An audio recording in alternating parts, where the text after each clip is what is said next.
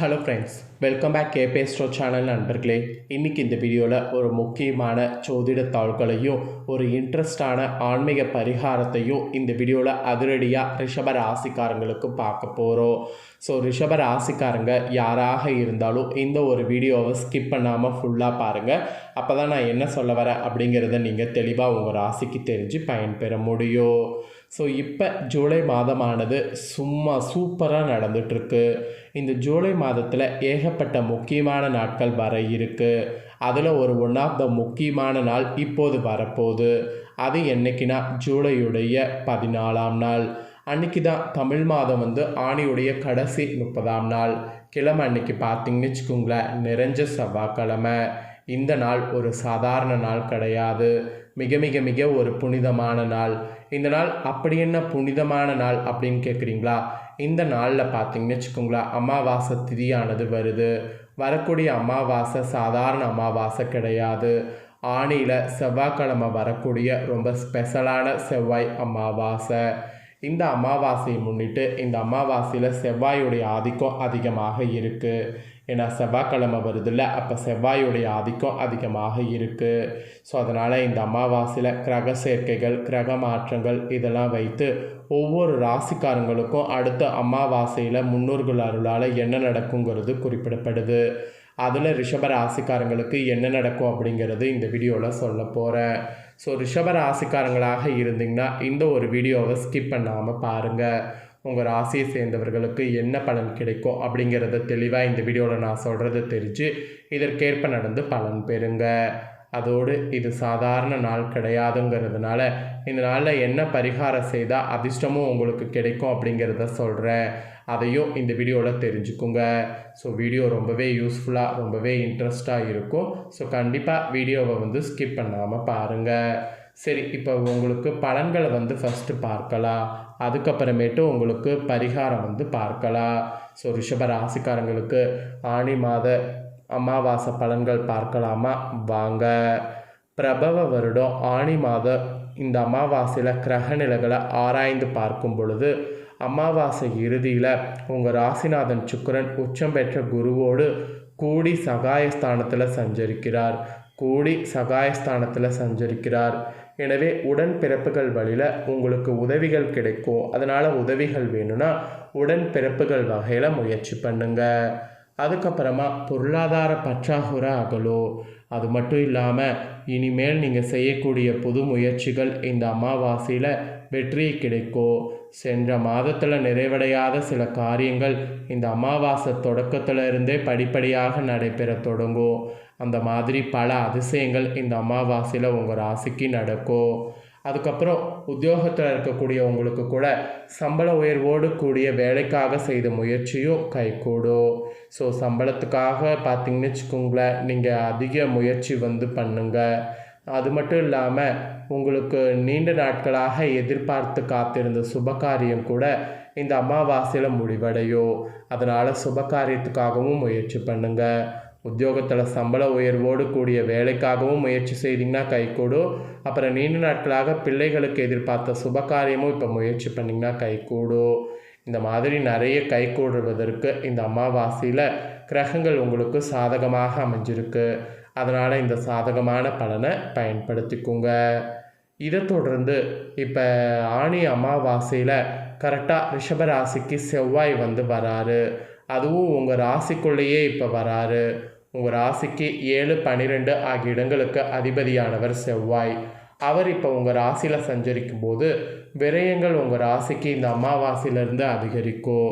மெயினாக நல்ல காரியங்கள்லாம் நடப்பதற்காகவும் நாகரிசு பொருட்கள் வாங்குவதற்காகவும் நீங்கள் கொஞ்சம் செலவு பண்ணுற மாதிரி சூழ்நிலை அமையும். அதுவும் இந்த அமாவாசையில் பயணங்கள் பலன் தருவதாக அமையும். ஸோ பயணங்கள் தாராளமாக மேற்கொள்ளலாம். பண தேவையெல்லாம் கூட உடனுக்குடனே பூர்த்தி ஆகிவிடும். அதுவும் காரியங்கள்லாம் இருக்குல்ல, அதெல்லாம் கடைசி நேரத்தில் இந்த அமாவாசையில் கைகூடி வரும். எதிர்பார்த்த உதவிகள் கிடைத்து மகிழ்ச்சியாக இருப்பீங்க. தொழில் வளர்ச்சிக்காக மூலதானம் செய்ய ஏதேனும் சொத்துக்களை விற்கக்கூடிய சூழ்நிலை இந்த அமாவாசையில் முயற்சி பண்ணிங்கன்னா கண்டிப்பாக உங்களுக்கு உருவாகும். சுப செலவுகளும் வர வாய்ப்பு உண்டு. தூரதேச பயணங்கள் கைவிடுவதற்கான அறிகுறி தென்படுது. ஸோ தூரதேச பயணங்கள் கைகூடுவதற்கான அறிகுறி தென்படும் போது அப்போ தூரதேச பயணங்கள் மேற்கொள்ளுங்க. ஸோ செவ்வாய் உங்கள் ராசிக்குள்ளேயே வர்றதுனால இந்த மாதிரியான பலன் இந்த ஆணி அமாவாசையில் உங்கள் ராசிக்கு கிடைக்கும் அப்படிங்கிற மாதிரி குறிப்பிடப்படுது. ஸோ இப்போ நெக்ஸ்ட்டு பார்த்தீங்கன்னு வச்சுக்கோங்களேன், அடுத்தது சிம்மத்துக்குள்ளே சுக்கிரன் வர போகிறாரு. சிம்மத்துக்குள்ளே சுக்கிரன் வர்றதுனால என்ன பலன் கிடைக்கும் அப்படிங்கிறத சொல்கிறேன். என்ன பலன் கிடைக்கும் அப்படிங்கிறத தெரிஞ்சுக்குங்க. கடக ராசியில் சஞ்சரித்து வரக்கூடிய சுக்கிரன் ஆணி பௌர்ணமியில் சிம்ம ராசிக்கு செல்கிறார். உங்கள் ராசிக்கு அதிபதியான சுக்கிரன் சுகஸ்தானத்திற்கு வருவது யோகமானது என்று சொல்லலாம். மெயினாக பெற்றோர் வழியில் பிரியக்கூடும். அப்புறம் இடம் வீடு வாங்குவதில் கவனம் செலுத்தணும். உறவினர்கள் மதிக்கும்படி உங்கள் வாழ்க்கை மாறும். விலகி சென்ற சொந்தங்கள் விரும்பி வந்து சேரும். கருத்து வேறுபாடு நீங்கி கலகலப்பான சூழலை உருவாகும். உத்தியோகத்தில் உள்ளவர்கள் விருப்ப ஓய்வு பெற்று சுயதொழில் தொடங்கக்கூடிய முயற்சியில் ஆர்வம் காட்டினீங்கன்னா கண்டிப்பாக அந்த ஆர்வம் உங்களுக்கு சக்ஸஸ் ஆகும். ஸோ சிம்மத்தில் சுக்கிரன் வர்றதுனால இந்த மாதிரியான அதிர்ஷ்ட பலன் இந்த ஆணி அமாவாசையில் நீங்கள் பெறுவீங்க என்பது குறிப்பிடப்படுது. அதுக்கப்புறம் ஃபைனலி இந்த ஆணி அமாவாசையில் கரெக்டாக மீன ராசியில் சனி வகரம் பெறக்கூடிய பெரிய ஒரு சம்பவம் நடக்க போகுது. ஆக்சுவலி உங்கள் ராசிக்கு யோகம் செய்யக்கூடிய கிரகமாக அவர் இந்த டைம் இருக்க போகிறார். அதோடு உங்கள் ராசிக்கு அஷ்டம லாபதியாகவும் விளங்குறதுனால அஷ்டமதிபதி வக்ரம் பெறுவது இந்த அமாவாசையில் நன்மை தான். இருந்தாலும் சனி பகவான் லாபதிபதியாக இருப்பதால் இந்த வக்ரமானது அவ்வளவா நல்லதல்ல. இருப்பினும் குருவின் பார்வை சனியின் மீது பதிகிறது, அதன் கடுமை கொஞ்சம் குறையும். உங்கள் ராசிக்கு 1, 5, 8 ஆகிய இடங்களில் சனியின் பார்வை பதிகிறது. எனவே அந்தந்த இடங்கள் புனிதம் அடைவது அப்படிங்கிற மாதிரி இந்த அமாவாசையில் நடக்கும். உங்கள் ராசிக்கு யோகம் செய்யக்கூடிய கிரகமாக சனி இந்த அமாவாசையில் விளங்குறதுனால அதன் பார்வையால் நன்மையே அதிகம். அதுவும் ஆரோக்கிய தொல்லை அகலும். ஸோ எதையுமே திட்டமிட்டு செய்து வெற்றி காணவும் முடியும். பிள்ளைகளுடைய கல்யாண கனவு நனவாகும். முயற்சிகள் கைகூடும். பூர்வீக சொத்து பிரச்சனை அகலபாக பிரிவினைக்கு செய்த முயற்சி எல்லாம் கைகூடும். வீட்டில் மங்கள ஓசை கேட்பதற்கு அறிகுறி தோன்றும். உத்தியோகத்தில் உள்ளவர்கள் அதிகார அந்தஸ்திற்கு உயர்த்தப்பட்டு நல்ல முன்னேற்றம் காண்பீங்க. ஸோ சனினால் இந்த மாதிரி பெரிய மாற்றம்ங்கிறது ஏற்படும். ஆக மொத்தம் இந்த ஆணி அமாவாசையில் பொதுவாக உங்களுக்கு புதிய திருப்பங்கள் ஏற்படும். வியாபாரம் மற்றும் தொழில் செய்பவர்களுக்கு புதிய ஒப்பந்தம் வந்து சேரும். உத்தியோகத்தில் உள்ளவர்களுக்கு பரிசனில் இருந்த பதவி உயர்வு இப்பொழுது கிடைக்கும். கலைஞர்களுக்கு நல்ல சந்தர்ப்பங்கள் தேடி வரும். மாணவ மாணவிகளுக்கு ஆசிரியர்கள் ஆதரவு உண்டு. பெண்களுக்கு குடும்ப முன்னேற்றம் கூடும். கொடுக்கல்கள் ஒழுங்காகும். இந்த மாதிரி நிறைய பாசிட்டிவான பலன்கள் உங்கள் ராசிக்கு கிடைக்குங்க. ஸோ இப்போ தான் உங்கள் ராசிக்கு பரிகாரம் சொல்ல போகிறேன். ஸோ தொட்டது தொடங்க காரியத்தை ஜெயம் பெற ரிஷப ராசிக்காரங்க இந்த பரிகாரத்தை அமாவாசையில் செய்தால் போதும்.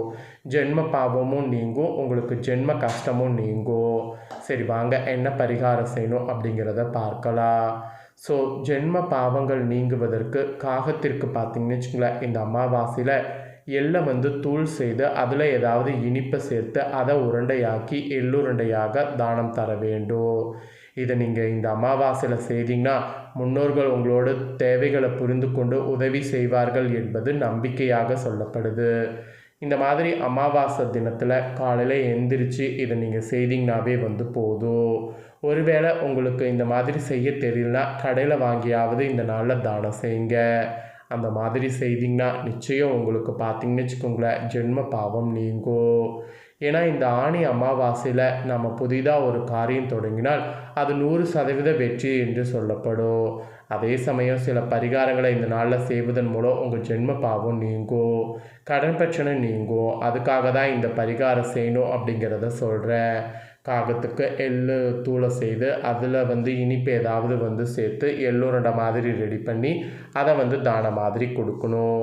இந்த சின்ன விஷயத்தை உங்கள் ரிஷப ராசிக்காரங்க இந்த டைம் செய்தீங்கன்னா நிச்சயம் உங்களுக்கு தலையெழுத்து மாறும்.